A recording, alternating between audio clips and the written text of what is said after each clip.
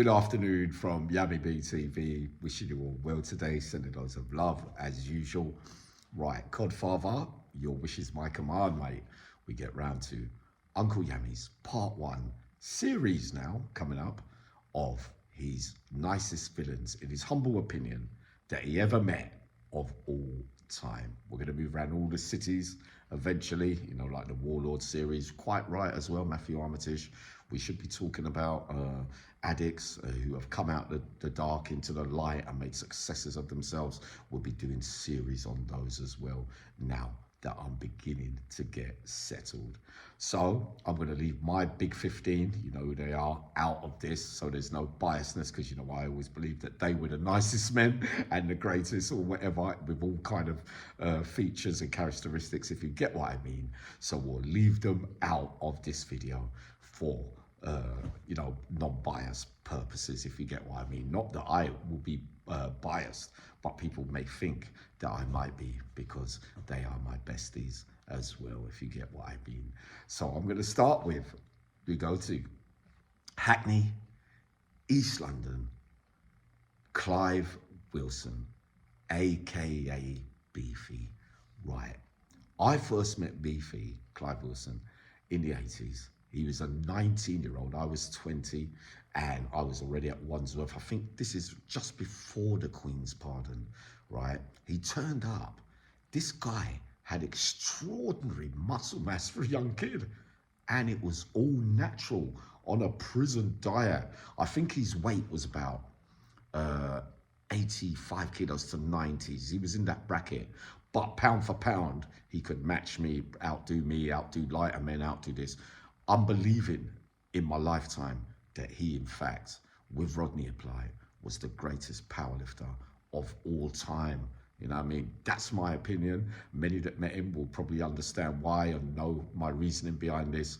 But again, his mannerisms, right? Dark, taller than me. He might be about 5'11", about Mike Tyson's build. Dark, you know what I mean? But his physique was absolutely phenomenal. He used to come and go, spend short periods out like me, and come back to jail. But even out there, without training, he used to turn up in reception looking the same size. He was proper stuff, mate, right? Or is, I don't know where he is now, right? But when he first turned up at 19 to Wandsworth, I was 20, and he immediately went into the lifting competition, you know, where you got to carry the dumbbells around. I think everybody was watching, right? Because you know you had Roddy there, Rudy Montague, you had Kane, you had Will Roach, you had Slim, you had all the big lifters, the great lifters that ever come out of Wandsworth. You know, Gary Taylor breeded a lot of great power lifters.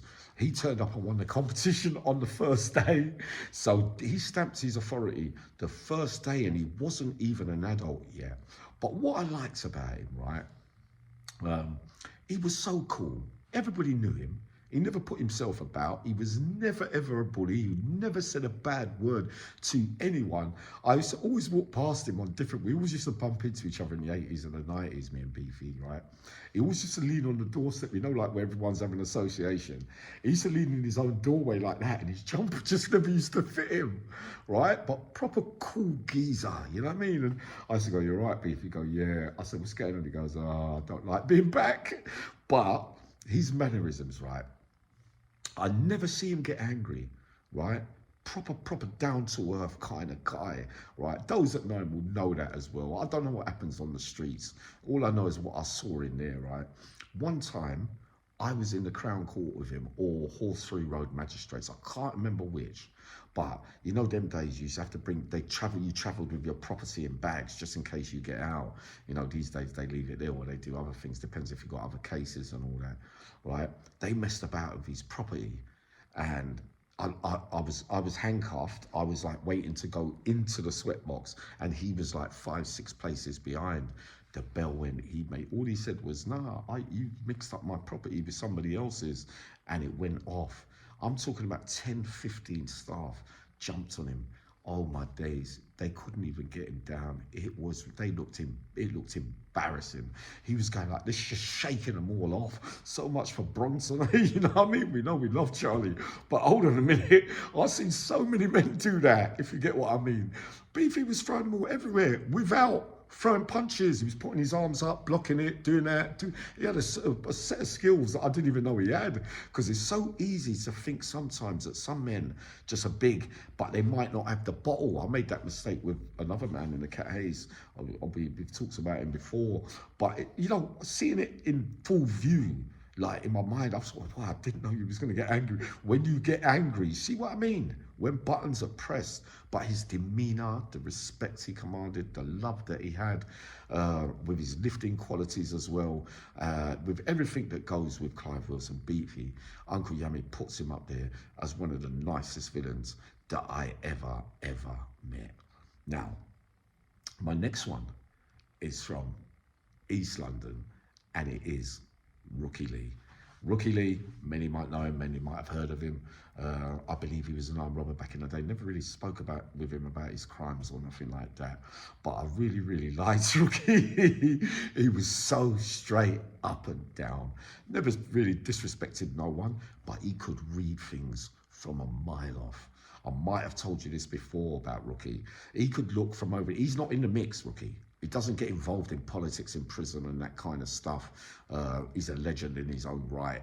But when I was with him in the Cat Hayes, he used to be able to spot things from miles over there. And I didn't even think that he used to be able to see it. Like one day a parcel, oh God, it had to be me, didn't it? Someone dropped it, right? But I was playing games and I found it and I was holding on to it. I'm going to do a story about this soon. And I was holding on to it for dear life. Roger and John and that was saying, Yummy, come on, give it back. Come on, Rookie walked past me. He goes, they've been in the kitchen. My money's on you that you found it. But I waited all day. I'll get round to this story one day. It was funny, but I gave it back right at bang up as well. But I was playing the mind game kind of things. You know what you like when you're on stuff and all that. But you know what Uncle Yummy was like. There's no secrets there. But Rookie, the respect he commanded, a lot of people used to go on that yard and go and talk to Rookie because he used to give it to you straight, honest, very loyal, trustworthy man, Rookie, and he goes down. In my humble opinion, you know what I mean, Uncle Yummy respects Rookie Lee, and he liked the way that he did it, and he didn't preach badness, it wasn't, like I said, forget the politics, but Rookie Lee was a good mediator, and he could sort out all kind of problems, and he had time for people when they were down. He didn't belittle people at all, so he is up there as well. So the third one I'm going with, Dembo Rockers from East London again. Right, I don't know if many of you would have met Dembo along the years at some stage. Rockers, he was co-defendant to somebody else up there one of those days there. Very fit, super fit guy, very strong. Uncle Yummy loved him. He loved his mannerisms. Another one who would never ever bully a man. He would never say the wrong thing first. This is where you know about proper people, the ones that I met that I separate from all the nonsense that's going on today with the new generation that goes in there, because them days there's a lot more respect, and he held those values, Rockers Dembo, right to the bitter end. He never changed the way that he does things. I see him have 2 or 3 rounds, right, in the Cat Hayes, and this geezer was really serious. But again, you know what I mean, if you tread on his toes, you know what I mean, it's like he's waiting. He talks polite, talks nice, talks everything, but the minute you cross the line, he ain't gonna have it. He ain't gonna have it. Set of morals and scrupers, not like many I've seen along the years, but not like many others, if you get what I mean. Very loyal as well. He's there with you to a dying breed. I had problems once. I swear this geezer came out, right, on the whole yard, sat down. I was sitting in a group on the field, and he stood upside there, and he said to me, "Yeah, maybe." I said to him, "What are you saying, Rockers?" He said, "Yeah, just to let you know, you're not on your own. I know you're out here, and they're all out here." He goes, I'm watching. Don't think I ain't watching, Yummy." And another geezer called Mark, light-skinned, tall, from Hackney as well. Good stuff as well. I'll get round to Mark another time as well. But Rockers, you know what I mean? The way that he does it as well, commands respects, gives you a lot of advice, never ever talks about his own problem. You know, like someone who listens well as well. And you could go there crying and he'll make it. But me and him used to have some terrible laughs. One time we was in the gym, he was an orderly somewhere, right? And we was in the gym. I swear for the whole hour, me and him was laughing. Proper stuff. I loved you, Dembo Rockers, as well. proper geezer. Those that met him undoubtedly will say Uncle Yami, spot on again. Right, we get round to my fourth one. Right, I'm going to go with Johnny Kendall. Are you not going to say, yeah, but Yami? No, but Johnny Kendall was funny. He had all characteristics and ridges, right? We know Johnny Kendall is the famous helicopter story, right? But Johnny Kendall was a wind-up. He was a proper wind-up, but a laughing machine as well. His one-liners. If you didn't, you either got him or you didn't. You know what I mean? But he had time for people as well, John. Never belittled no one. Never spoke a bad word about anyone as well. I'm hearing that my big sister Lisa, Tony's wife, right? She likes Johnny. It's funny how certain people like the same people, isn't it? She said to me the other day, she said, Yami, I'll make you right there. She likes him as well. You see what I mean? This is how we do. It can't be everyone's cup of tea. None of these men can be everyone's cup of tea because there's bound to have been problems somewhere. All I tell you is what I saw and the way that I got on, the way that I related, the way that they conducted themselves, especially the old lot, mate. I've got to tell you, they had a set of morals and scruples. I'm going to get round to this as we get to the number one position, right? But Johnny Kendall is proper stuff, and I won't hear nothing different about him, right? Helped a lot of people, was a right laugh, pulled some funny pranks, but kept it proper and kept it real, right? My fifth one, I've got to go with Courtney Needham. I've got to go with Courtney Needham again, if you get what I mean, from Birmingham. Tony Argent, all of them will say to you, Yami, you've got that spot on with Courtney Needham. Tall, dark, cane roll, passive, until, again, if you upset him, never picks a fight with no one, but could really have it. He had his cane roll back then. Sweet boy kind of looking, Needham. But I used to do all my circuits with him. Me and him used to go on the field in the Cat A's. We used to go out there Tuesday evening, Thursday evening. This geezer was fit as well for a tall guy. I used to con him on the football pitch sometimes, knock it that way, knock that way. But on the circuits, me and this geezer, we used to do 25s, 50s. We used to do these 1,000-rep circuits. Me and Courtney Needham out there on the field, you know, when the evening association is. I used to love being with Courtney Needham. His aura, his presence, you know what I mean? The way that he makes you, you know what I mean? You feel so secure and safe with him. A proper geezer. And anyone that ever met him will tell you the same thing. Never troubled no one, mate, but had a jab that will take your head off. Ask Tony Argent. When Tony teams up with me on one of those podcasts soon, now that I'm settled, you watch and see what Tony says about him, right? Remember that? Many dark horses around town. I'm telling you, deserve great mentioning. But again, the love that he showed certain people, the love, you know what I mean? The feeling you get from him and everything. Always helped a man when he was down. Uncle Yami says, Courtney Needham as well. One of the nicest villains, or supposed villains, that I ever met in that life, right? So we move now to number 6, right? Number 6. I was gonna shuffle it around a little bit. Billy Tobin. I didn't spend a lot of time with Billy, right? He was with me in Belmarsh for a little while. There was a lot of sadness going on there at that time when he got the sentence he's finishing off now, or hopefully he might have finished, I don't know. He used to do his yoga or Buddhism, I can't remember, but he used to pass me little books, Billy. Very well respected man, the first to do the crane robberies of some kind, if you get what I mean. I will be doing a podcast at some stage with his beloved nephew as well, C. Right, so Connor, I'm meant to be meeting Connor from all 18 months ago. I ain't done it, right? But Billy Tobin was respected by all, even in the Cat A's in Long Lartin. You know what I mean? I think they held on to him. How are you going to hold on to Billy Tobin for robberies for that long?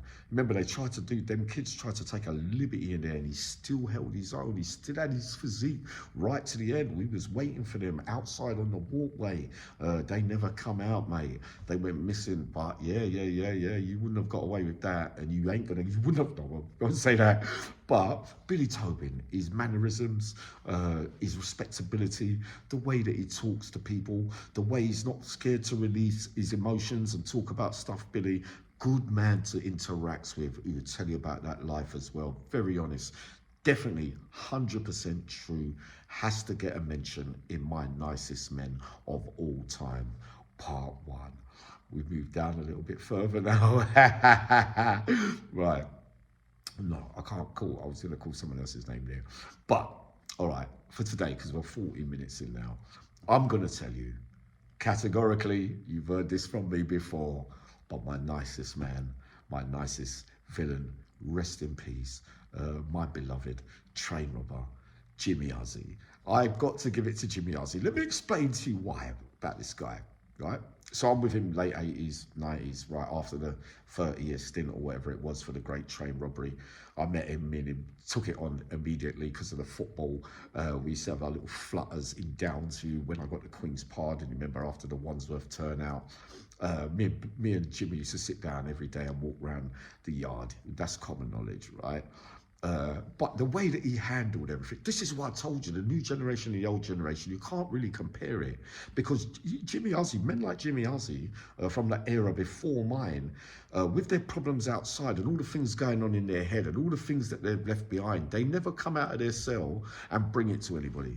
All they do is keep it moving. You're all right, sweet, yeah, everything all right. If you go to Jimmy Ozzy with problems, right, he'll just break it down for you in one sentence because they don't believe. They believe that once you've done the crime, you do the time. You got to get on with it. There's no crying about what's happening out there and all that because you sacrificed all that when you went to do crime. You never heard one moan out of Jimmy Ozzy, and loads like him that I met in those early days, right? And just to remind you, like, remember the Downsview with the 1990 World Cup when Gazza was the star of the show and they let us stay out for that extra hour and a half in Downsview. The governor gave us permission to sit in the TV room to watch England, Germany, and it was me and him in the front seat. And when Lineker scored that equaliser, you should have seen his face, Jimmy. Imagine, right? He looked the same in 90. And you remember the famous story, Uncle Yummy's always got to bring it up, when I was coming from the train from the hostel in Beckenham, Jimmy Ozzy was sitting opposite me 20 years later. Imagine that. I'm in a Mapper hostel on 3 curfews and he's sitting opposite me and I'm on the phone to my sister screaming that I won't be able to get back in time. I've got to cut travel to London because they put me out of the way where I never knew nobody. Jimmy Ozzy, I looked at him twice. And I looked, and I told you already this, but it's a good story, isn't it? I looked at him and I went, because his face looked exactly the same from 1990, Jimmy. And I know it weren't shortly after that, you rest in peace, Jim, right? I said, I went like that, Jimmy Ozzy. I went like that because I couldn't be sure, right? But his face looks like exactly the same to me. And he went, Sam. I went, Jim, how did he remember me? Right? So I said, remember, Jim? I know who you are. That's what he said. And he went, you're struggling to get back in here. And you remember, I'm not saying, come on, man. You know I'm not doing it just because he pulled out his wallet and gave me 100 quid. Not because of that. You know what I mean? But I'm telling you, that was the caliber of the man. And a lot of men that era were. Remember Uncle Yummy told you that. You know what I mean? The manners and respectability and the loyalty and the helping out of things. You know what I mean? For whatever reasons, you could say whatever reasons you want. I can only go by what I saw and the conduct and the way they carried themselves, which was in the proper way. Not that there's any way to behave as a villain. You know what I mean? But they kept the rules. Women, children, and that kind of, that kind of bad mouthing. And if you couldn't say nothing, they're bringing your problems, crying over spilt milk, blah, blah, blah. But it's done. Everything. They kept everything straight down the line. And I put Jimmy Ozzy as the nicest man and I ever met, I'm afraid. But I love you, Jim. Rest in peace. I'll be up more with more stories. Loads of love.